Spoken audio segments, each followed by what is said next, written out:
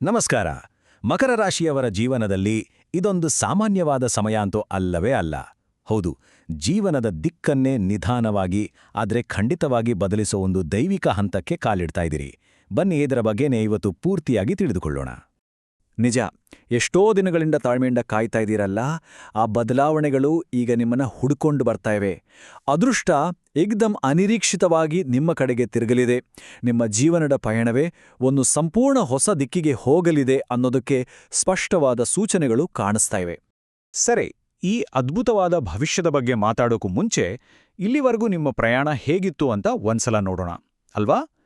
ಮೊದಲನೇದಾಗಿ ನೀವು ಪಡುತ್ತಿದ್ದ ಕಷ್ಟದ ಸಮಯ ಈಗ ಮುಗಿತಾ ಬಂತು. ಅಬ್ಬಾ, ಇಲ್ಲಿಯವರೆಗೂ ಮಕರ ರಾಶಿಯವರು ಎದುರಿಸಿದ ಸವಾಲುಗಳು ಒಂದೇ ಎರಡಲ್ಲ.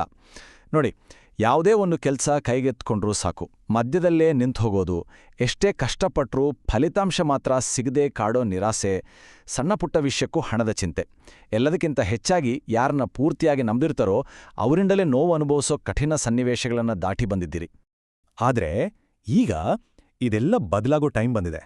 ಹಾಗಾದ್ರೆ ಈ ದಿಢೀರ್ ಬದಲಾವಣೆಗೆ ಅಸ್ಲಿ ಕಾರಣ ಏನು? ಇದನ್ನ ಯಾಕೆ ಒಂದು ದೈವಿಕ ತಿರುವು ಅಂತ ಹೇಳ್ತಾ ಇದ್ದಾರೆ? ಬನ್ನಿ ನೋಡೋಣ.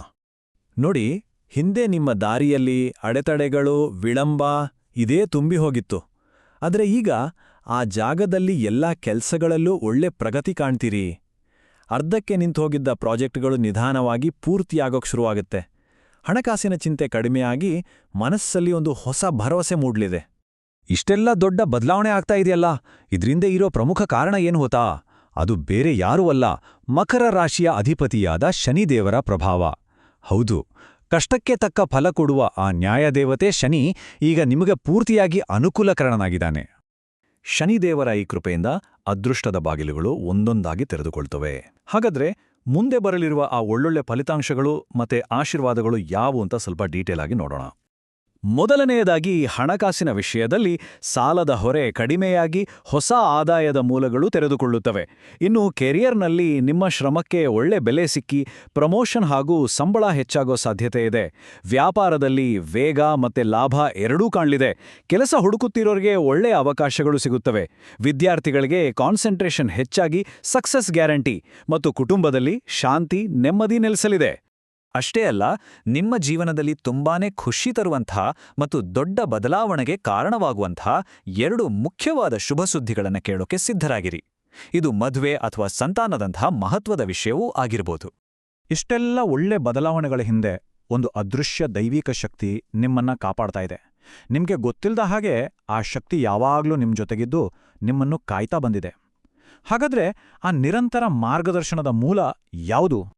ಹೌದು, ಕಷ್ಟದ ಸಮಯದಲ್ಲಿ ಕುಸಿದು ಬೀಳದಂತೆ ನಿಮ್ಮನ್ನ ಹಿಡಿದು ನಿಲ್ಲಿಸಿದ, ಎಷ್ಟೋ ಅಪಾಯಗಳಿಂದ ನಿಮ್ಮನ್ನ ಪಾರು ಮಾಡಿದ ಆ ಅದೃಶ್ಯ ರಕ್ಷಕ ಶಕ್ತಿ ಯಾವುದು ಅಂತ ಎಂದಾದ್ರೂ ಯೋಚನೆ ಮಾಡಿದಿರಾ?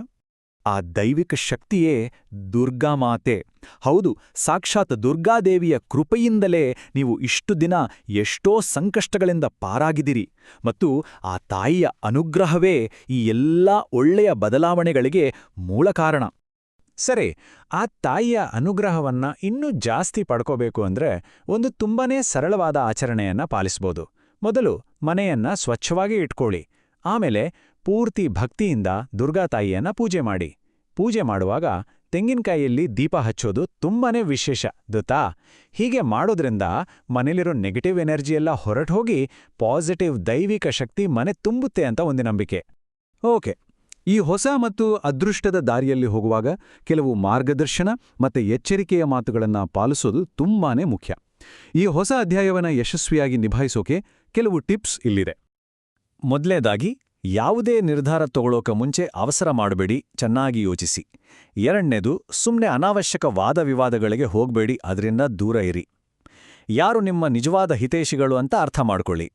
ಸಾಧ್ಯವಾದರೆ ಮಂಗಗಳಿಗೆ ಅಥವಾ ನಾಯಿಗಳಿಗೆ ಆಹಾರ ದಾನ ಮಾಡಿ, ಇದರಿಂದ ಶನಿಯ ದೋಷಗಳು ಕಡಿಮೆ ಆಗುತ್ತೆ. ಹಾಗೇನೆ ಶುಕ್ರವಾರದ ದಿನ ಒಂದು ಸಣ್ಣ ಉಪ್ಪಿನ ಗಂಟನ್ನ ನಿಮ್ಮ ಕಬೋರ್ಡ್ನಲ್ಲಿ ಇಡೋದ್ರಿಂದ ಸಂಪತ್ತು ಆಕರ್ಷಣೆ ಆಗುತ್ತೆ ಅಂತ ಹೇಳ್ತಾರೆ. ಇಲ್ಲೊಂದು ನಿರ್ದಿಷ್ಟ ಎಚ್ಚರಿಕೆ ಇದೆ.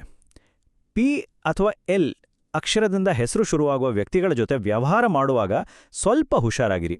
ಅವ್ರ ಜೊತೆ ಯಾವುದೇ ಡೀಲ್ ಮಾಡುವಾಗ ಒಂದು ಕ್ಷಣ ಯೋಚನೆ ಮಾಡೋದು ಒಳ್ಳೆಯದು. ಈ ಸಮಯದಲ್ಲಿ ಕೆಲವು ವಿಷಯಗಳು ನಿಮಗೆ ತುಂಬಾನೇ ಲಕ್ಕಿ ಆಗಿರ್ತವೆ. ಕೆಂಪು, ಕಪ್ಪು, ಹಳದಿ, ನೀಲಿ, ಬಿಳಿ ಮತ್ತು ಗುಲಾಬಿ ಬಣ್ಣಗಳು ನಿಮಗೆ ಶುಭ ತರ್ತವೆ. ಹಾಗೆ 3, 5 ಮತ್ತು 8 ನಿಮ್ಮ ಲಕ್ಕಿ ನಂಬರ್ಗಳು. ಮತ್ತು ಯಾವುದೇ ಹೊಸ ಕೆಲಸ ಶುರು ಮಾಡೋಕೆ ಸೋಮವಾರ ಮತ್ತು ಶುಕ್ರವಾರ ತುಂಬಾನೇ ಒಳ್ಳೆಯ ದಿನಗಳು. ನೋಡಿ, ಈಗ ಅದೃಷ್ಟದ ಒಂದು ಹೊಸ ಅಧ್ಯಾಯ ನಿಮ್ಮುಂದೆ ತೆರೆದುಕೊಳ್ತಿದೆ.